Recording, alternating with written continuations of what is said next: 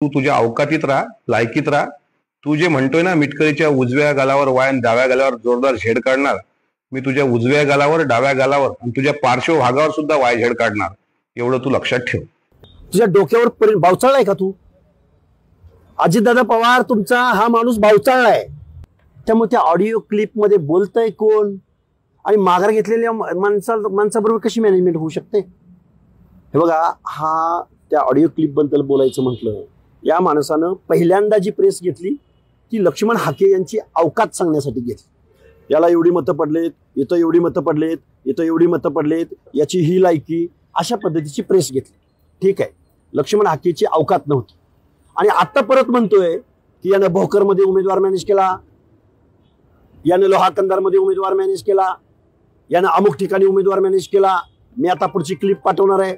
एका बाजूला म्हणतो याची अवकात नाही आणि दुसऱ्या बाजूला म्हणतो की हा उमेदवार मॅनेज करतो किंवा निकालावर परिणाम करतो.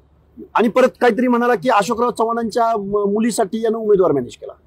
अरे लक्ष्मण हाकेला तू एका बाजूला म्हणतो की याची अवकात नाही आणि दुसऱ्या बाजूला म्हणतो की महाराष्ट्राच्या माजी मुख्यमंत्र्याच्या मुलीसाठी यानं काम केलं.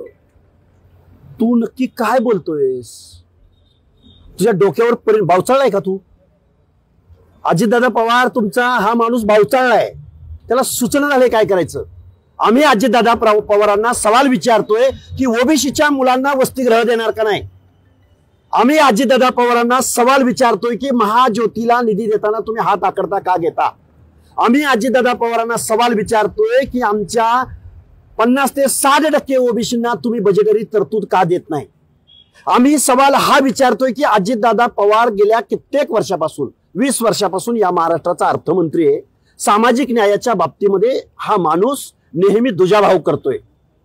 या प्रश्नावर उत्तर ना चव्हाण देतो ना मिटकरी देतो. कितीतरी एक पलटण लावले अख्खी त्यांनी माझ्या पाठीमागं. काय व्हिडिओ टाकतायत, काय फोटो टाकतायत, पर्सनल अटॅक. ही या राष्ट्रवादीची वैचारिक दिवाळखोरी आहे. ह्यांना आचार विचार अजिबात नाही. त्यामुळं राष्ट्रवादी काँग्रेस, आता कोणता काँग्रेस, कोणती काँग्रेस आणि ह्यांची काय विचारधारा आणि ह्यांनी कशावर बोलायला पाहिजे हे खरं तर त्यांना तुम्ही प्रश्न विचारले. कसं बघताय टायमिंग म्हणजे काय, कशामुळे टीका होतीये काही? हे बघा, आम्ही अजितदादा पवारांना ज्यावेळी SC STचा आणि ओबीसीचा निधी डायल्यूट केला, निधी दुसऱ्या खात्याकडे वळवला म्हणून मी सवाल विचारला होता. प्रश्न आर्थिक होता, प्रश्न सामाजिक न्यायाचा होता, प्रश्न हक्क अधिकाराचा होता.